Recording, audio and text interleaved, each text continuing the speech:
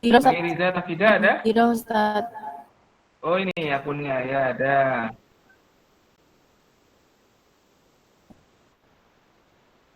Ya. Hanifah Ramadhani ada. Khairunisa Larasati ada. Laili hadir Ustaz. Di tempat mana itu lain itu? Di tempatnya Hanifah Ramadhani Ustaz. Dike ada. Tidak, Ustaz.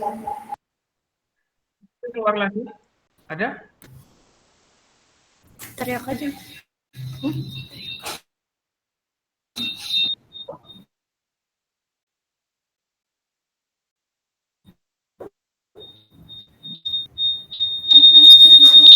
Tempatnya Sudana.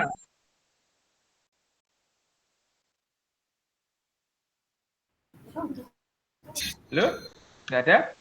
Nike Vita. Nike. Hadir, Ya, Ustaz. sorry. Iya, iya. Ternyata salah manggil. Nurul Aulia. Hadir, Ustaz. Ya. Sheila Zikrina ada tadi kayaknya. Hadir, Ustaz. Oh, ya, ya. Zidana ada ya sudah. Ya, baik. Bismillahirrahmanirrahim. Langsung saja saya mulai. Kita sama-sama mulai dengan baca Bismillahirrahmanirrahim.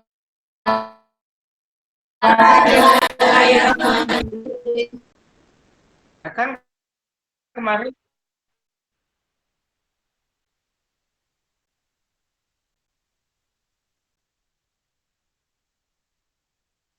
kan kita Google Meet ini sudah kita lakukan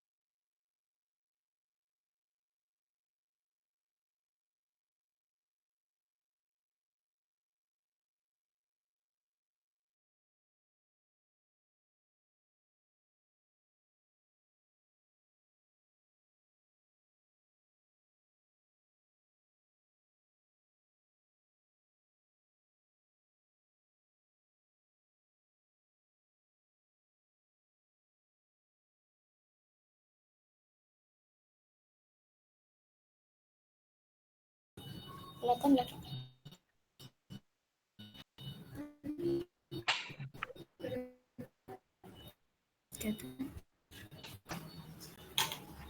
Udah kelihatan, Ustaz?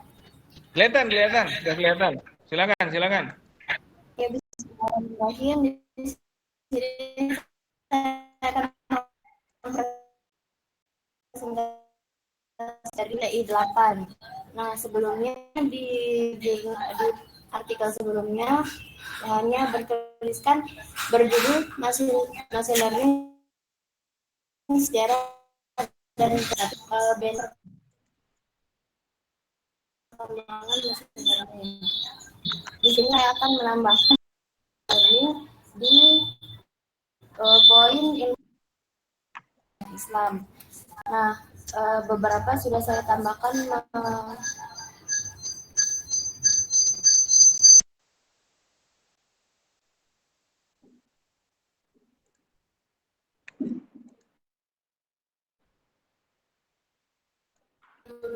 Ya.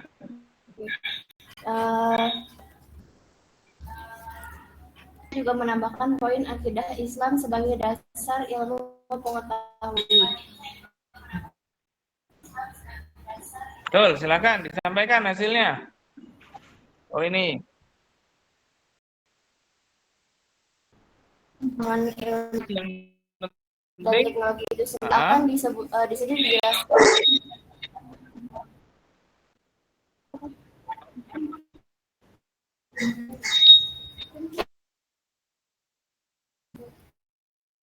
Oke. Nah, dasar dari ilmu pengetahuan itu sendiri, maka di sini akan tentang pengertian dasar ilmu pengetahuan sendiri. Itu juga di poin selanjutnya di akidah Islam sebagai ilmu teknologi. Akidah sebagai perkembangan ilmu akidah Islam, karena tidak dengan akidah perkembangan ilmu pengetahuan dan teknologi akan berkembang segila-gilanya.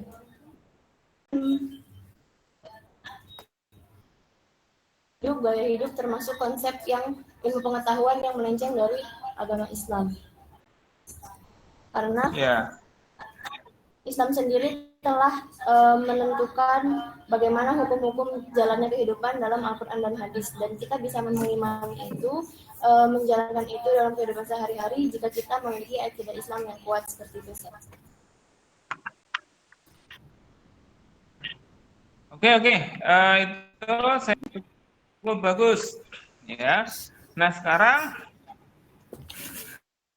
antum menghubungkan antara apa?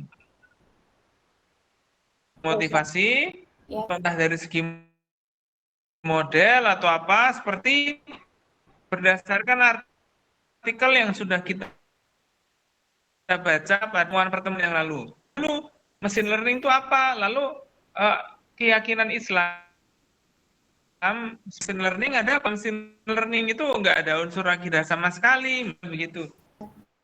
Ini agak sulit kalau tetap diusahakan, dan saya tetap mendoakan kemudahan untuk para rekan sekalian.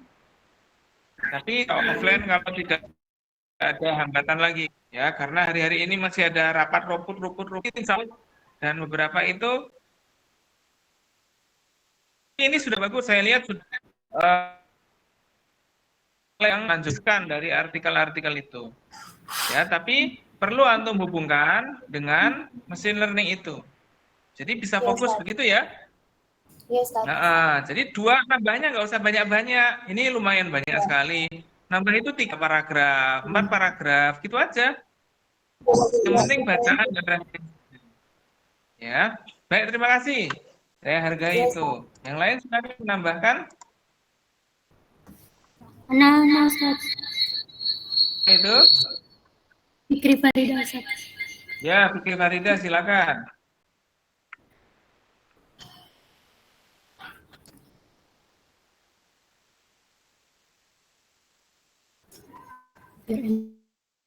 Fikri Farida.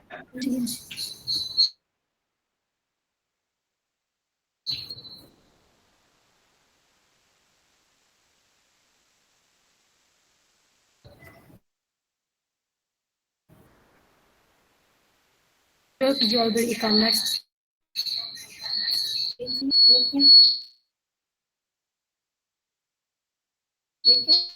Ya, ini Mic-nya. sudah kelihatan. Silakan. Judulnya itu saya kehalalan e-commerce dan digitalisasi industri menurut perspektif Islam.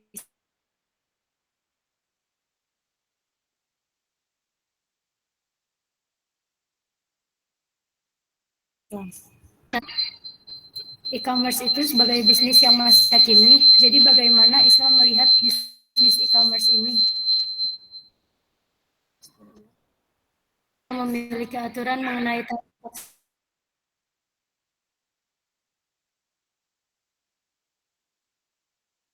jual beli. Di sini kehalalan dasar menurut perspektif tidak ada hal-hal yang berteknologi dalam asma. Kali ini akan dirujukkan kembali kepada usul fiqh yang berdasarkan metode penggalian hukum berbeda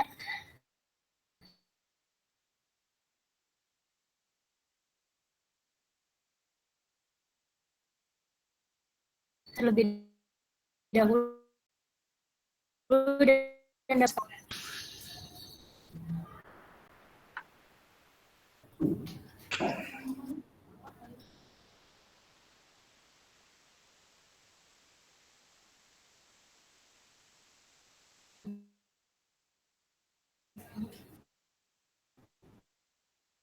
Oke, itu abstrak dulu, boleh. Nggak usah terlalu banyak. 2, 3. Kalau kita ada 10 sampai temuan, Anda akan punya graf 11. Nah, itu sudah banyak paragraf. Graf itu sudah jadi artikel baru. Bisa digabungkan dengan itu tadi. Maka nanti akan ada 100 tahun di Gontor nanti ada tema tentang yang lain. Ini untuk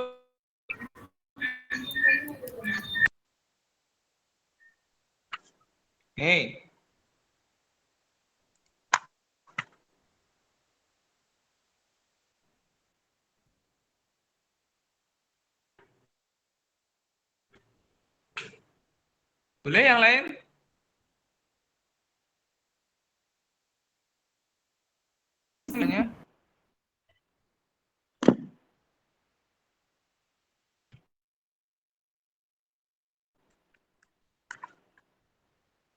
Masih banyak yang belum?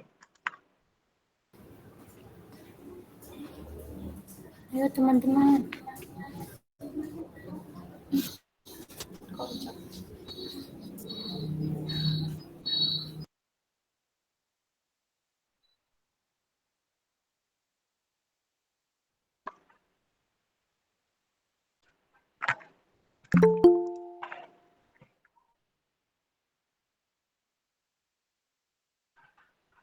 Ya, ayo. Yang ingin menyampaikan? Tas boleh ini? Zat Hurin. Ya, Hurin silakan. Ya, silakan Hurin. Dini silakan. Bentar, Tat. Ya. Silakan bentaran. Nah, jadi di sini saya mengambil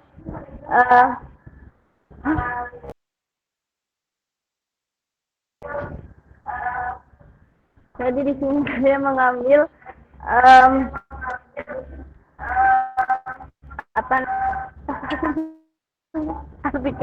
artikel milik Uti Nadia Fajriah yang berjudul Big Data.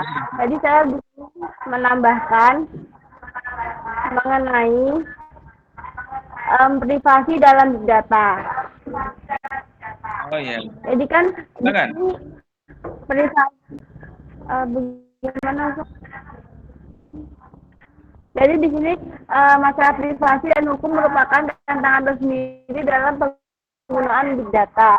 Meskipun big data sangat berguna dalam mempermudah, namun di sisi lain teknologi ini juga mengancam privasi kita, individu. Namun hal ini sudah untuk dijamin ketika berhadapan dengan big data. Ini sebagai dan mengatur hal tersebut jelas, sehingga untuk memutuskan apa bagi big data hanya berpatokan pada standar etika, hanya terkait dengan hak cipta dan kepemilikan data yang yaitu Neil M. Richards dan Jonathan Hutchings mengemukakan bahwa privasi dan perlindungan untuk identitas, kesetaraan, dan keamanan, dan serta kepercayaan.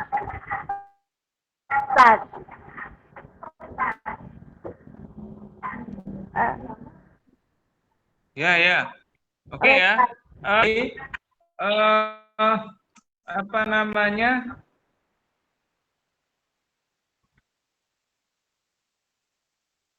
Ini artikelnya Bu ya.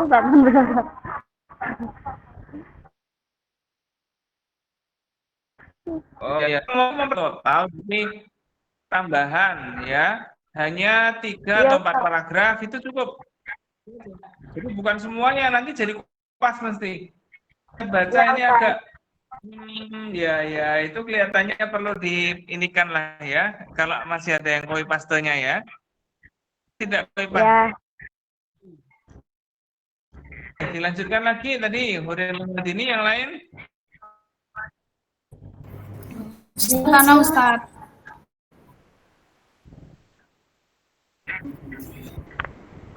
Nila.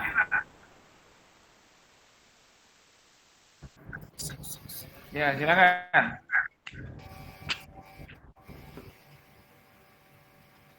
Sudah kelihatan belum Ustadz?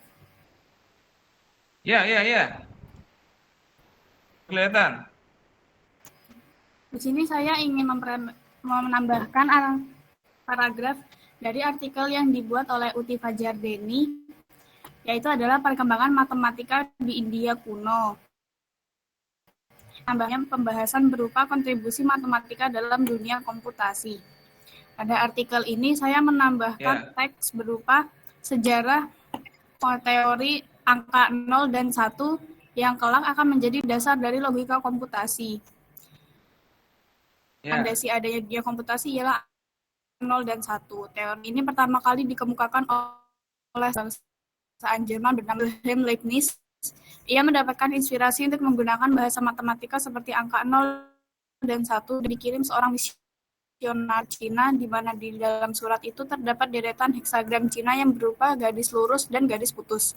Dari surat inilah ia memiliki keyakinan bahwa kedua simbol yang saling berbeda, baik garis lurus dan garis putus maupun angka 0 ataupun angka 0 dan 1, jika diulangi secara sistematis dapat menghasilkan semua bilangan, termasuk bilangan yang dihitung dengan penjumlahan, pengurangan, perkalian, dan jenis operasi bilangan matematika lainnya. Leibniz juga mengemukakan bahwa segala hal yang ada di dunia ini dapat diubah dan dapat berkomunikasi melalui gabungan angka 0 dan 1. Pada abad ke-17, di mana Leibniz hidup, mungkin gagasan di mana gabungan angka 0 dan 1 dapat menghasilkan sebuah komunikasi yang dapat menghubungkan segala hal terdengar jauh dari kata masuk akal. Namun pada 5 abad kemudian, gagasan Leibniz tidak hanya menjadi masuk akal, bahkan menjadi dasar dari komputasi yang pada saat ini telah membantu manusia untuk menjalani aktivitas keseharian mereka.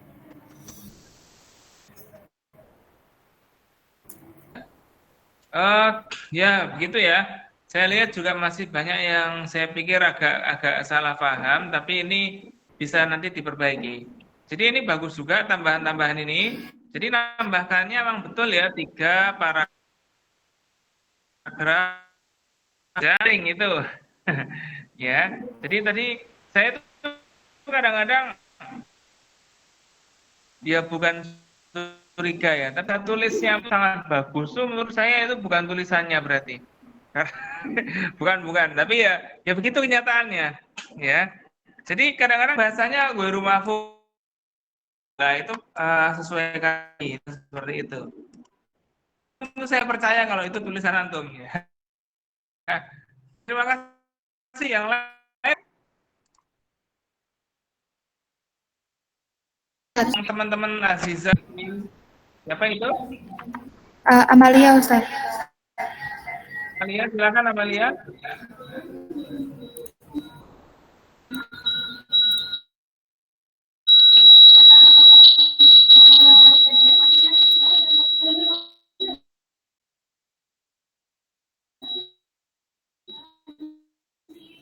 Di sini Sudah kelihatan?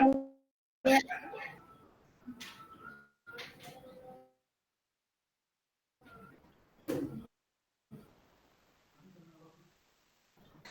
ini Ustadz. Di sini saya Ya. ingin membahas tentang teori geometri Yunani yang jurnalnya disusun oleh Ustadz Uti Farahmi. Di sini saya menambahkan Ya. paragraf baru yang dengan masuk ke dalam seni. Perhitungan yang digunakan berbeda dari perhitungan matematika yang memulai dari Yunani. Klasifikasikan berdasarkan pola waktu dan regionalisme. Pendekatan seperti ini dapat membedakan untuk pertanyaan tertentu digunakan tentu dari geometri yang digunakan pada masalah Ustaz.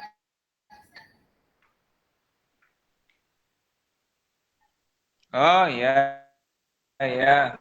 Ini referensinya ngambil dari mana ini? Ini Ustaz, Ana ngambil dari artikel.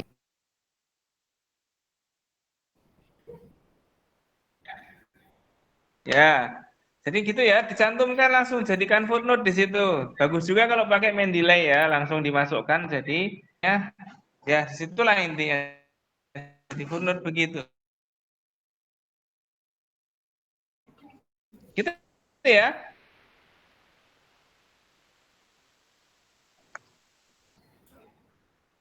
Buat paragrafnya, jangan lupa footnote-nya disampaikan. Ini saya baca dari sini, betul. Ya. Oke, silakan lanjutkan yang lain.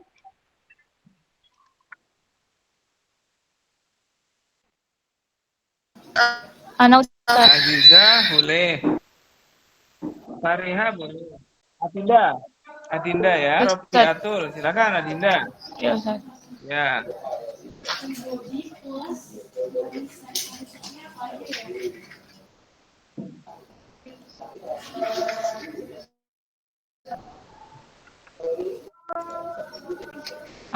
Baik, di sini saya ingin membahas tentang pandangan Islam terhadap kecerdasan buatan, Ustaz. Ya, silakan. Di sini menurut saya pembahasan tentang sejarah tentang kecerdasan buatan masih sangat kurang. Makanya di sini saya menambahkan bahwa sebelum adanya komputer, di sini sudah ada Islam yang berperan, yaitu salah satu ilmuwan yang bernama Al-Jazari, Ustaz. Ya. Ya, jadi Al-Jazari mulai merancang mesin robot pada abad ke-12, sedangkan komputer baru ada di abad ke-18. Pemrograman komputer baru ada di abad ke-18. Kemudian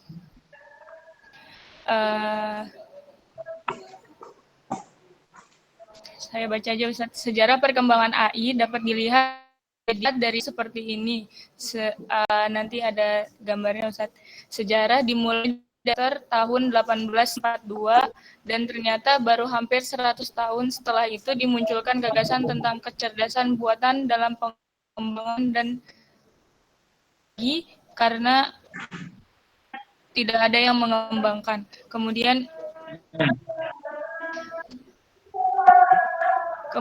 AI mengalami masa keemasan lagi di tahun 1950 sampai 1960. Kemudian tenggelam lagi sampai di 20 tahun setelah itu di tahun 1880 ada lagi di tahun 2010 oleh beberapa perusahaan besar seperti Apple, Google, dan Facebook. Nah, di sini yang sebagai pencetusnya yaitu adalah Alan Turing yang dinobatkan sebagai bapak kecerdasan buatan dunia. Dan di sini Ana mau nambahin bahwa Al-Jazari bahkan sudah jauh lebih dulu, yaitu merancang mesin robot pada abad ke-12. Dalam studi ini menyebutkan tidak ada satupun kebudayaan yang dapat mengimbangi kelengkapan ilmu rancang bangunan dan mesin dari Al-Jazari hingga saat ini. Menurut Donald, pada tahun 1206, orang pun yang mampu membuat jam gajah dengan tenaga air dan berat benda yang digunakan untuk bergerak secara otomatis. Jam gajah ini sedemikian rupa agar menghasilkan bunyi berupa seperti suara simbal dan burung berkicau tiap setengah jam. Sebagai informasi, replika jam gajah karya Al-Jazari dibuat kembali oleh London Service Museum sebagai bentuk apresiasi untuknya. Terkait robot melansir dari buku 30 Second AI and Robotic 5TK Nation. Udah Ustadz, baru segitu.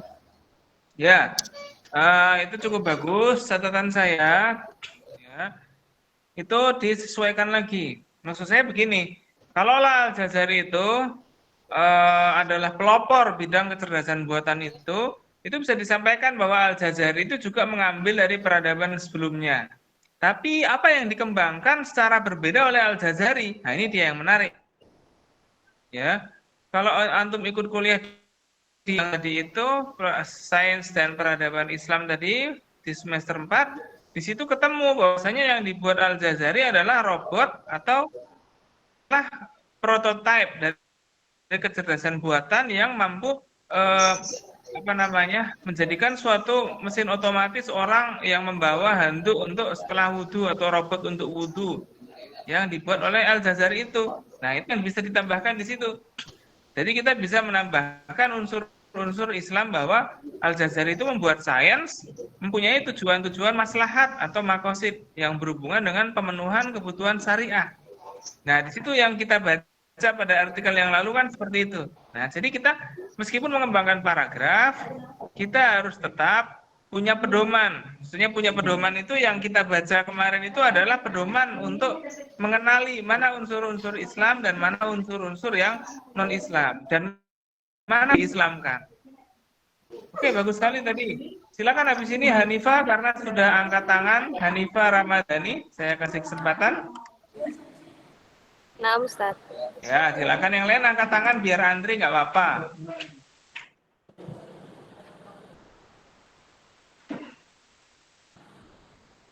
Ini dari Utifulki Rusda. Oke. Media sosial. Dengan tambahan dalam perspektif generasi milenial.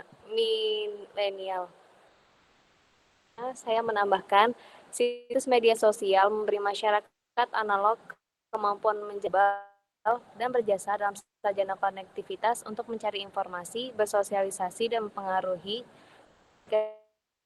dengan privasi dan keamanan. Generasi milenial sebagai generasi yang selalu terhubung menjadi target dari kurangnya kesadaran akan pentingnya prosedur keamanan dan privasi ini. Salah satu karakteristik mereka yaitu berbagi data dengan berbagai perangkat online dan konvergensi media menambah resiko ancaman digital. Kerentanan keamanan cyber serta sejauh mana pemahaman tentang ancaman tersebut menjadi masalah menarik untuk diteliti. Dan saya menambahkan keyword generasi milenial. Kemudian di pendahuluan, generasi milenial adalah generasi yang lahir antara tahun 1981 sampai dengan 2000, atau yang saat ini berusia 19 tahun hingga 38 tahun. Begitu mudahnya terpapar ancaman keamanan dunia digital, karakteristik mereka berbagi data pribadi dengan berbagai perangkat online yang disebabkan oleh konvergensi media menambah resiko ancaman digital. Bagaimana mereka menangkap situasi kerentanan keamanan cyber ini, serta sejauh mana pemahaman mereka tentang ancaman tersebut menjadi masalah yang menarik untuk diteliti. Gantung pada realisasi aktual dan pengamanan mereka di media sosial. Kemudian, keberadaan generasi milenial bertepatan dengan tumbuh pesatnya teknologi web 2.0, di mana muncul jejaring media sosial yang tumbuh subur diiringi dengan munculnya smartphone dan berkembangnya teknologi internet. Itu sebabnya generasi milenial disebut sebagai generasi yang melek teknologi. Menggunakan teknologi tersebut juga menjadi bagian dari hidup mereka yang tertanam sebagai bagian dari jati diri. Sekian, Ustadz. Ya. Catatan saya itu perlu ditambah footnote ya. Itu baca dari mana atau mengarang sendiri atau dapat ilham dari Tuhan Yang Maha Esa atau bagaimana. Nah, itu perlu ditambahkan footnote-nya. Nah, Seperti yang lain tadi. Oke, terima kasih. Boleh yang lain silakan satu orang lagi sebelum saya istirahatkan sebentar untuk karena di sini sudah mau iqomat. Boleh satu orang lagi? Ya, Arini Husaina. Arini Husaina, silakan. Nah, Ustaz. Ya, habis ini Zafa ya. Arini dulu, habis itu Zafa.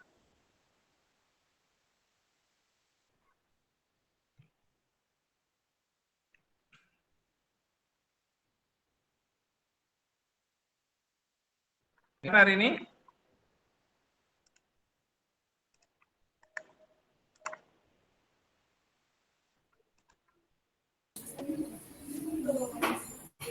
Hani matiin dulu punya Ustaz. Ya. Ya. Halo? Arini? Nah, Ustaz. Ya. Oh ya, pindah-pindah laptop nggak apa, pindah laptop. Dunia kadang harus bikin kita pindah-pindah.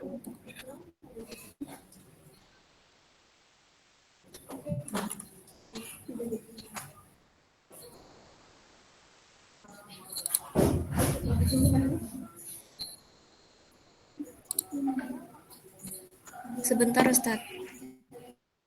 Ya. Sudah kelihatan, sudah kelihatan.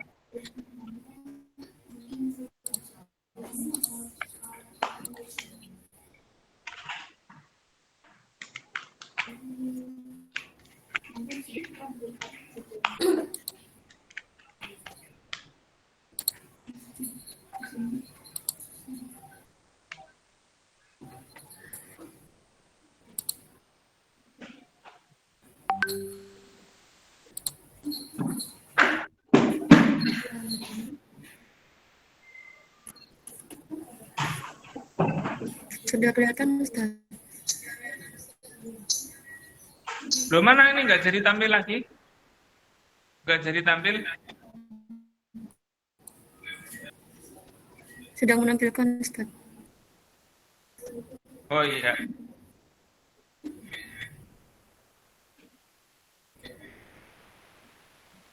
Ya, silakan, udah kelihatan?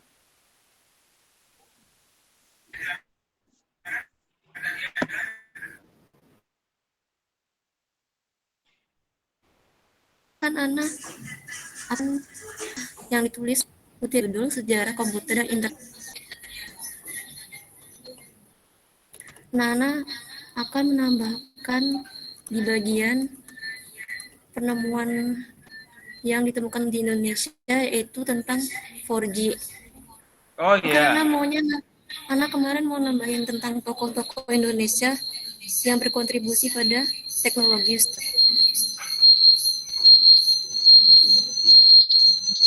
Ya, silakan. Ini jaringan internet ya. Oke. Ya, jaringan internet. Kemajuan teknologi komunikasi telah banyak membawa perubahan terhadap kehidupan manusia setelah hadirnya 4G di Indonesia.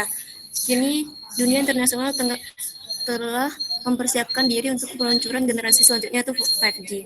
Nah, jaringan 4G ini dirilis di Indonesia pada 2014. Kemudian, layannya internet ini telah menjadi tulang punggung layanan internet di Indonesia.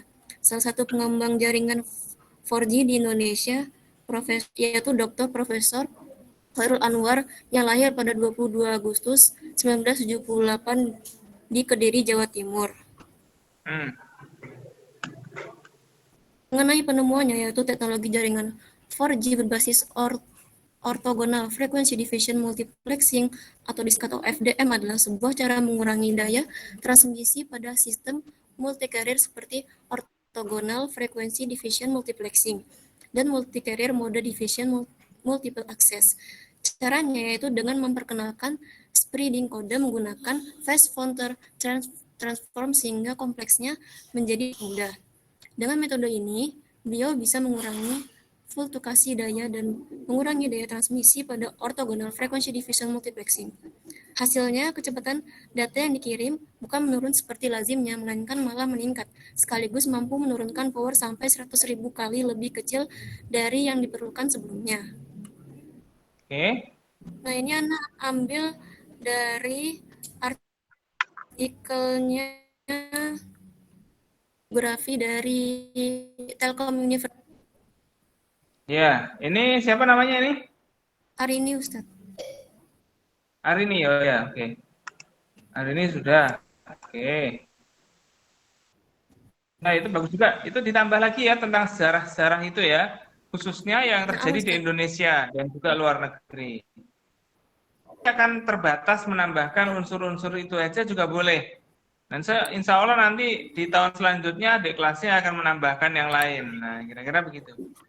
Baik, terima kasih. Saya istirahatkan dulu ya. Ini kira-kira saya istirahatkan sekitar 20-an menit. Ya, 20-an menit. Jadi, ini mungkin sebentar lagi sudah iqomah. Saya juga mau sholat juga. Teman-teman yang mau istirahat sebentar atau apa, 20 menit. Ya, kira-kira jam 12.10 ya. Jam 12.10-an kita start lagi. Atau ya maksimal 12/4 lah gitu ya. Oke, itu saja dari saya. Silakan beristirahat dan saya juga istirahat juga, tidak usah keluar juga tidak apa-apa, dibiarkan saja ya. Sedikit soal apa tentang apa yang mau dikembangkan kan gitu kan, boleh-boleh aja. Ini dalam bahasa Inggris, sidik jari disebut fingerprint. Biasanya berbentuk garis-garis horizontal dan vertikal atau gabungan keduanya, dan juga ada bentuk lengkungan-lengkungannya. Seluruh manusia di dunia ini diciptakan dengan sidik jari yang berbeda satu sama lainnya. Tak ada sidik jari yang identik di dunia ini, sekalipun di antara dua saudara kembar. Dalam kehidupan dunia sains pernah ditemukan jika ada 5 juta orang di bumi, kemungkinan munculnya dua sidik jari manusia yang sama baru akan terjadi lagi 300 tahun kemudian. Lalu pengakuan adanya keunikan sidik jari mulai dari diperkenalkan oleh anatomi Jerman bernama Johann Christopher Andreas Mayer pada tahun 1788. Menurutnya sidik jari manusia itu memiliki keunikan sendiri-sendiri. Hal ini serupa juga dikemukakan oleh Sir William James Herschel pada tahun 1858. Namun pada saat itu sidik jari belum dipakai sebagai teori ilmiah saintis untuk dijadikan sebagai tanda pengenal seseorang. Baru penjelasan Ustadz. Kalau hubungannya dengan Islam itu bagaimana ya? Tercatat dalam Al-Quran, Ustadz. Ya, gimana itu? Ayatnya ada? Bentar, Ustadz.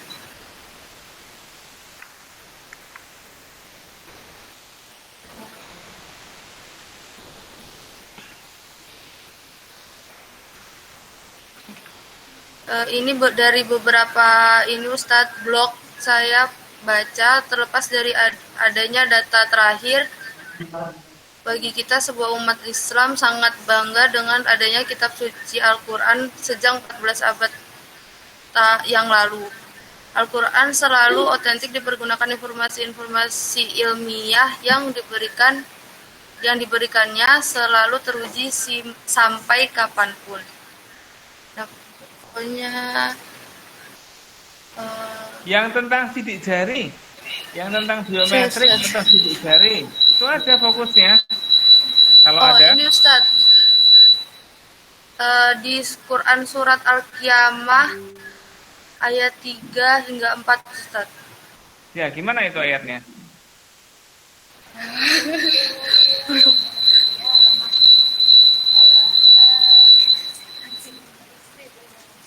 Oh, belum baca ayatnya. Belum baca, Ustaz, di sini cuma tersedia artinya, Ustaz. Yaumil qiyamah, wala uqsimu bil nafsil lawamah. Terus? Ayat sabut Ayat insan. Terus? Astagfirullahaladzim, itu, Ustaz. Bala qadirina ala an nusawwiya banana. Ya, itu gini, kalau saran dari saya itu tolong dibaca tafsirnya. Oh, nah, Bener Ustaz. apa enggak? Maksud saya kalau cuma sekedar tangan atau jari dia disebut, tapi ada makna-makna yang lain apa enggak? Antum KMI atau bukan? KMI atau non KMI? KMI, Ustaz. Nah ya, silakan cari tafsir-tafsirnya. Silakan baca tafsir-tafsirnya itu supaya kita menentukan apakah itu membicarakan tentang sidik jari atau sekedar isyarat-isyarat apa yang ada di situ. Ya, iya, saya sudah ini kan. Ustaz, askurukum, Ustaz. Ya. Baik, yang lain kalau ada yang masih di ruangan atau ingin menyampaikan boleh sambil nunggu jam 12 lebih 10 lebih seperempat. Halo Ustaz. Ya, silakan ini Selarasati. Khairun Nisa. Silakan. Sebentar Ustaz. Ya.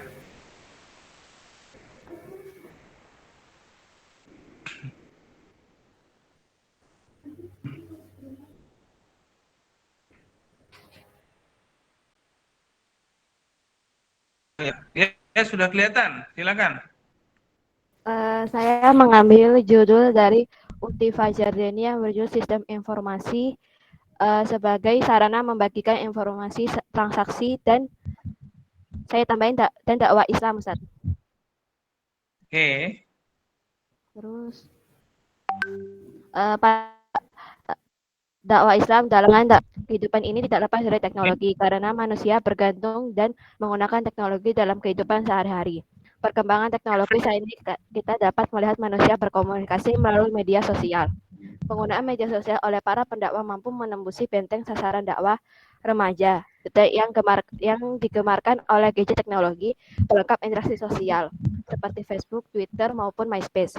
Hal ini menurut Rosmawati tahun 2017 dilihat sebagai faktor kepada pengimplementasian dakwah dengan inovasi yang baru. Justru dakwah pada hari ini memerlukan pendekatan yang lebih interaktif sesuai dengan peredaran dunia teknologi yang lebih maju. Penerimaan media sosial di kalangan masyarakat membuktikan bahwa ia mampu menjadi perantara bahwa dakwah yang baik dan bagus pada era modern ini. Segala informasi tentang Islam dapat diakses dengan mudah dan secara meluas, namun tetap bertuju kepada sumber kitab Al-Quran dan Hadis. Udah Ustaz, saya mengambil jurnal dari Muhammad Aiman Kamarudin tentang media sosial dan dakwah menurut Islam.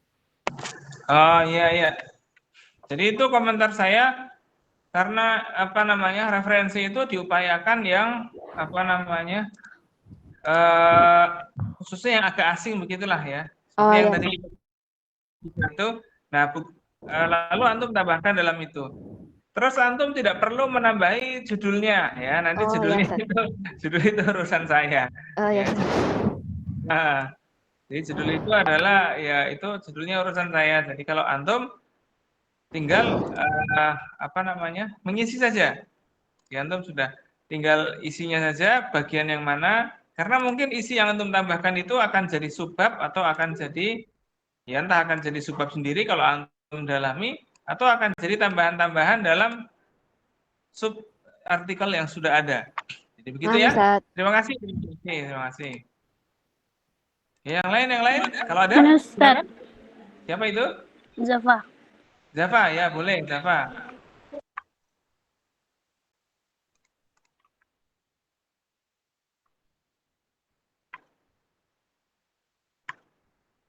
Zafa Aulia, silakan. Iya, Ustaz. Ya, sudah kelihatan? Silakan. Ana mengambil kayak subbab mungkin dari mengkaji UTI Jordani, sistem informasi sebagai sarana membagikan informasi dan transaksi. Saya ambil dari transaksinya, yang selanjutnya saya beri judul transaksi online berbasis media sosial dalam perspektif Islam. Jadi ini masih belum lengkap sih papernya, tapi insya Allah kan kita ngambil muamalah dalam bidang ekonomi, yaitu transaksi jual beli yang menggunakan media elektronik karena dipacu oleh perkembangan teknologi. Apabila dahulu yang dimaksudkan dengan transaksi jual beli harus dilakukan dengan cara bertatap muka, di mana terjadi peralihan barang secara langsung dari penjual kepada pembeli.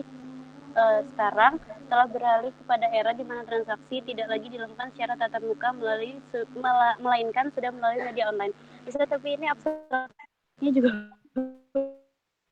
belum selesai karena yang mau saya angkat case-nya ini, Ustaz. Apakah jual beli online telah memenuhi rukun akad dalam aturan syariah, sama bentuk akad yang dapat diadopsi dalam transaksi online, terus kekurangan dan kelebihan jual beli online, sama media sosial yang biasa dimanfaatkan untuk jual beli online, bolehkah lewat media sosial atau memang harus melalui platform e-commerce? Ya, jadi gitu ya. Jadi bagus itu. Baru pendahuluannya aja, Ustaz, ya, dari sudut Ya pandang. emang, jadi kita pelan-pelan aja ngerjakannya. 3 paragraf, 4 paragraf, 3 paragraf, 4 paragraf, gitu aja terus, gitu ya. Pertanyaan-pertanyaan itu bisa dijawab. Oke. Judulnya nggak usah diganti, udah biar aja judulnya begitu, karena nanti judulnya kita perbaiki secara umum. Nggak usah pusing mikir judul ya. Yang penting antum fokus ke konten dan bacaan antum. Jadi fokus aja ke konten dan referensi bacaannya. Terima kasih ya, Zafa. Terus yang lainnya? Udah yang lain?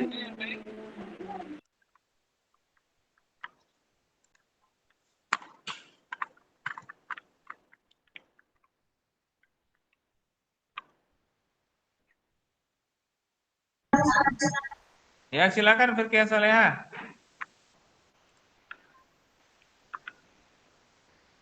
Ustaz, sepertinya belum konfirmasi ke antum. Apa? Belum konfirmasi ke antum, Ustaz, judulnya. Oh, belum konfirmasi apa itu? Judul yang diambil. Oh iya, silakan diambil. Silakan disampaikan judulnya. Kemarin Filmapres ya? Oke. Ustaz. Ya.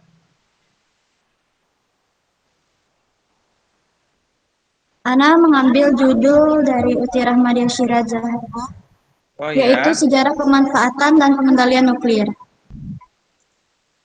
Ya, silakan. Kemudian di sini Ana menambah hukum syara yang berkaitan dengan perbuatan manusia dalam memanfaatkan sumber daya energi nuklir dan radiasi nuklir. Ya. Untuk dapat memahami hukum syariat Islam yang berkaitan dengan perbuatan tertentu atau benda tertentu, maka terlebih dahulu harus diketahui hakikat perbuatan atau benda yang bersangkutan. Selanjutnya harus dipahami dalil-dalil syara ayat Al-Quran, Al-Hadis, ijma' sahabat, atau penggunaan qiyas syar'i yang berkaitan dengan benda atau perbuatan yang bersangkutan. Dengan mengkaitkan antara fakta perbuatan atau benda dan dalil, maka hukum syara terhadap perbuatan atau benda yang bersangkutan dapat ditentukan. Hal yang sama juga berlaku pada saat kita ingin menentukan hukum-hukum syara yang berkaitan dengan pemanfaatan teknologi nuklir untuk berbagai keperluan. Pengetahuan yang komprehensif tentang fakta-fakta pemanfaatan nuklir terlebih dahulu diperlukan. Selanjutnya dicari dalil-dalil Al-Quran dan Al-Hadis yang dipakai yang relevan dengan fakta-fakta aplikasi teknologi nuklir, baik dengan keterkaitan langsung maupun dengan menggunakan analogi atau kias atau dengan menggunakan makna tersirat dari ayat-ayat Al-Quran dan Al-Hadis. Dengan mengkaitkan antara fakta-fakta dengan dalil-dalil, hukum-hukum syara yang berkaitan dengan pemanfaatan energi nuklir dapat diketahui. Zat itu yaitu sesuatu yang memiliki massa. Energi dan radiasi dapat dikelompokkan sebagai benda berkaitan dengan hukum syariat Islam. Semua benda hukumnya asalnya adalah halal sesuai dengan makna umum dari surat Al-Baqarah ayat 29. Pengharaman terhadap benda-benda tertentu merupakan pengecualian terhadap hukum umum dari halalnya benda-benda. Pengharaman benda harus ditunjukkan oleh dalil-dalil yang secara khusus menyebutkan benda-benda yang diharamkan. Jika untuk suatu benda tertentu tidak dijumpai dalil-dalil yang berupa ayat-ayat Al-Quran, hadis, atau ijma sahabat secara khusus menyebutkan haramnya benda tersebut, maka benda tersebut adalah halal. Adanya potensi bahaya atau hazard potensial yang terdapat pada sebuah benda tidak dijadikan alasan untuk mengharamkan benda tersebut selama tidak ada dalil yang secara khusus menyebutkan haramnya benda tersebut. Hal ini karena keumuman halnya benda yang dimaksud oleh surat Al-Baqarah ayat 29 tersebut adalah mutlak tanpa dibatasi apapun yang berkaitan dengan sifat-sifat sifat-sifat benda. Sumber daya energi nuklir dan radiasi nuklir termasuk benda-benda yang tidak ditemui ayat-ayat Al-Quran maupun hadis-hadis yang secara khusus menunjukkan keharamannya. Dengan demikian, sumber daya energi nuklir dan radiasi nuklir merupakan benda karena merupakan benda yang halal, hukum asal dari semua perbuatan yang dimaksudkan untuk memanfaatkan sumber daya energi nuklir dan radiasi nuklir dengan kemanfaatan apapun adalah mubah. Pemanfaatan sumber daya energi nuklir dan radiasi nuklir adalah menjadi haram jika satu, benda-benda yang berkaitan dengan nuklir tersebut diperoleh dengan cara yang haram, digunakan untuk melakukan perbuatan yang haram, menimbulkan mudarat bahaya yang nyata atau hazard yang menimpa manusia baik secara langsung maupun tidak langsung. Seperti itu. Oke. Tolong itu ditambahkan referensinya ngambil dari mana gitu ya. Ini kita berpantun atau berpuisi. Ya, terus dihubungkan juga dengan komputer. Apa peran komputer dalam membantu teknologi nuklir, misalnya begitu. Lihat kasus-kasus seperti di Jepang bahwa komputer di sana digunakan untuk memantau dan mengaktifkan sistem perlindungan ketika nuklir itu mulai bocor istilahnya begitu. Nah, itu bisa dilihat kasusnya ya. Ya, Ustaz. Ya, silakan. Terima kasih. Boleh ini Febri Wulansari boleh nyampaikan?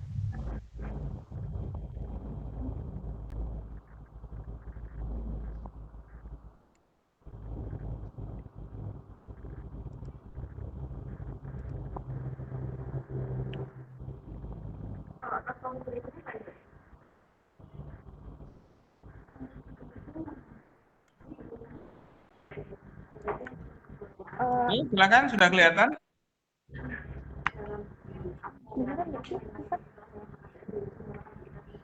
Ana mengambil mengenai artikelnya Utiledi mengenai kecerdasan buatan Ustaz.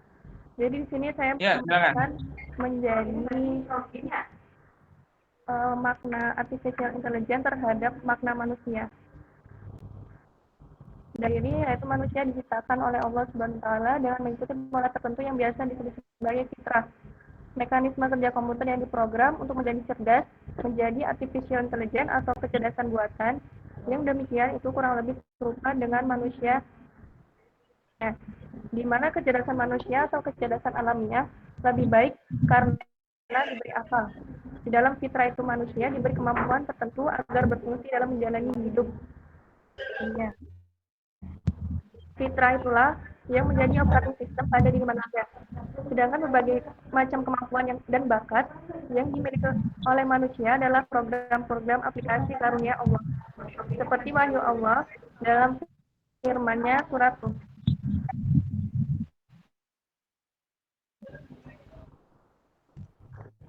Dan yang artinya, maka hadapkanlah wajahmu dengan lurus kepada agama Allah, tetaplah atas fitrah Allah yang telah menciptakan manusia menurut fitrah itu.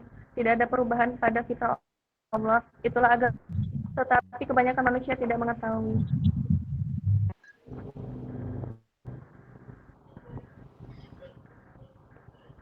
Ya? Iya, Ustaz.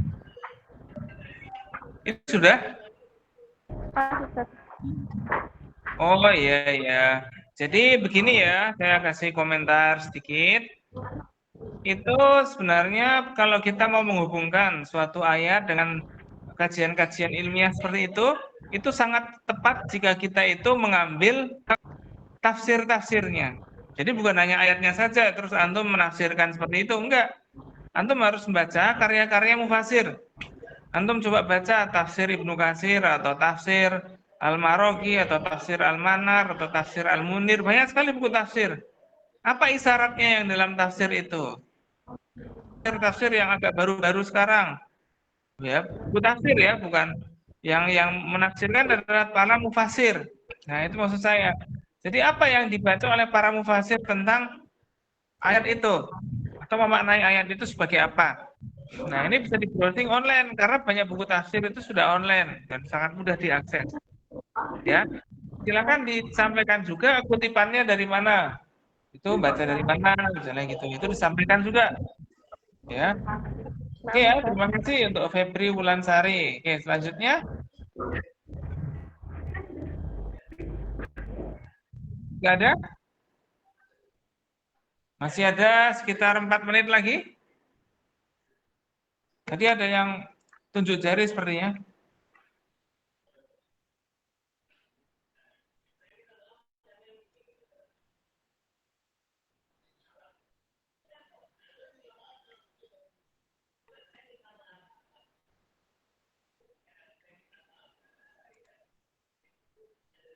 Oke, ada?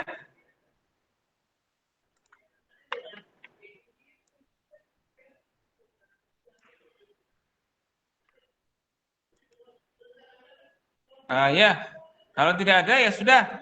Ini emang sudah 12:30 dan meskipun masih ada yang belum belum melaporkan progres ya sudahlah. Nanti kita inikan saja. Dari saya akan coba bacakan absen lagi dan kita cek lagi. Sini ada absennya ya. Kita baca ya sini.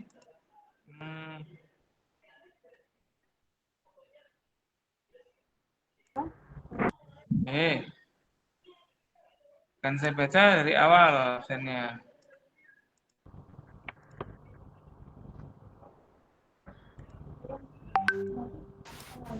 Alif Sita ada? Tadi ada ya?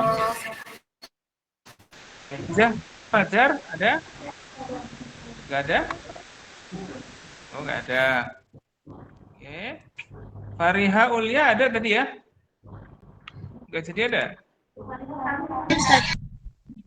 Oh, sakit. Di rumah tadi ya? Tadi kayaknya ada akunnya ya? Iya, Ustaz. Ya, silakan. Nah, ini Febri sudah ya, ada tadi. Fikri Farida ada. Fikriya Saleha ada. Kurin Rahmadini ada? Hadir, Ustaz. Ya, terima kasih. Nabila ada? Hadir, Ustaz. Siti Fatimah ada?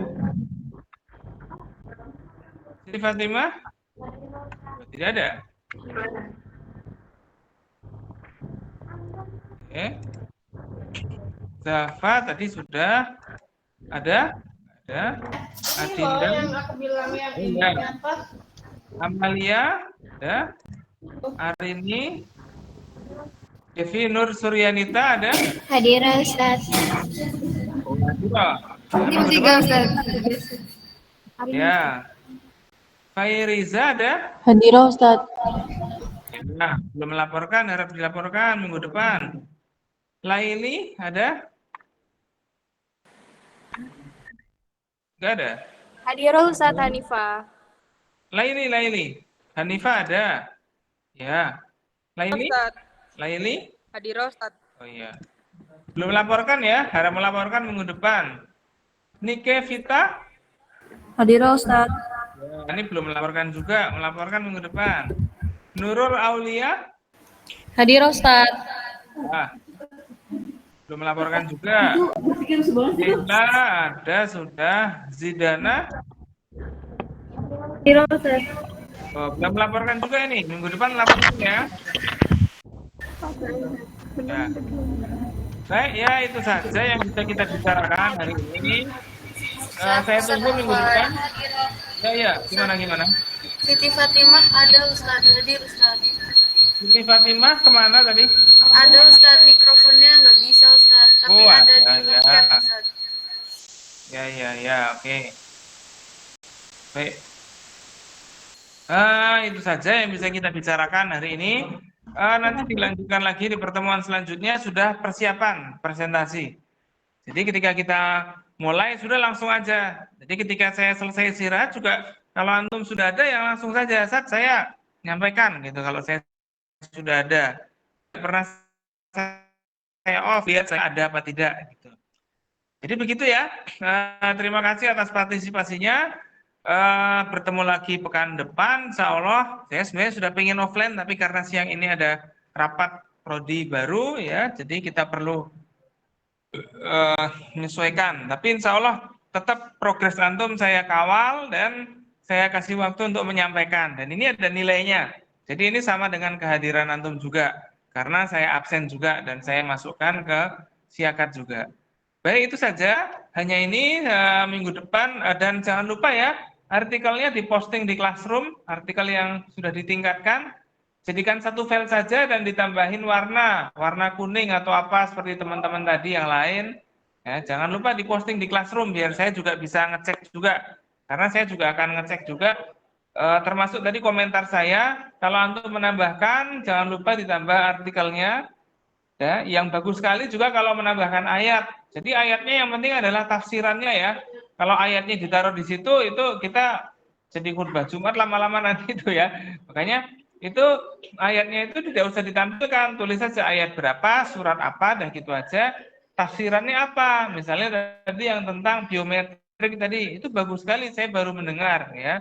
Nah seperti itu. Jadi nanti akan bagus sekali, akan kita nilai. Baik, alhamdulillah. Alhamdulillahirabbil alamin. Assalamualaikum warahmatullahi wabarakatuh. Waalaikumsalam warahmatullahi wabarakatuh.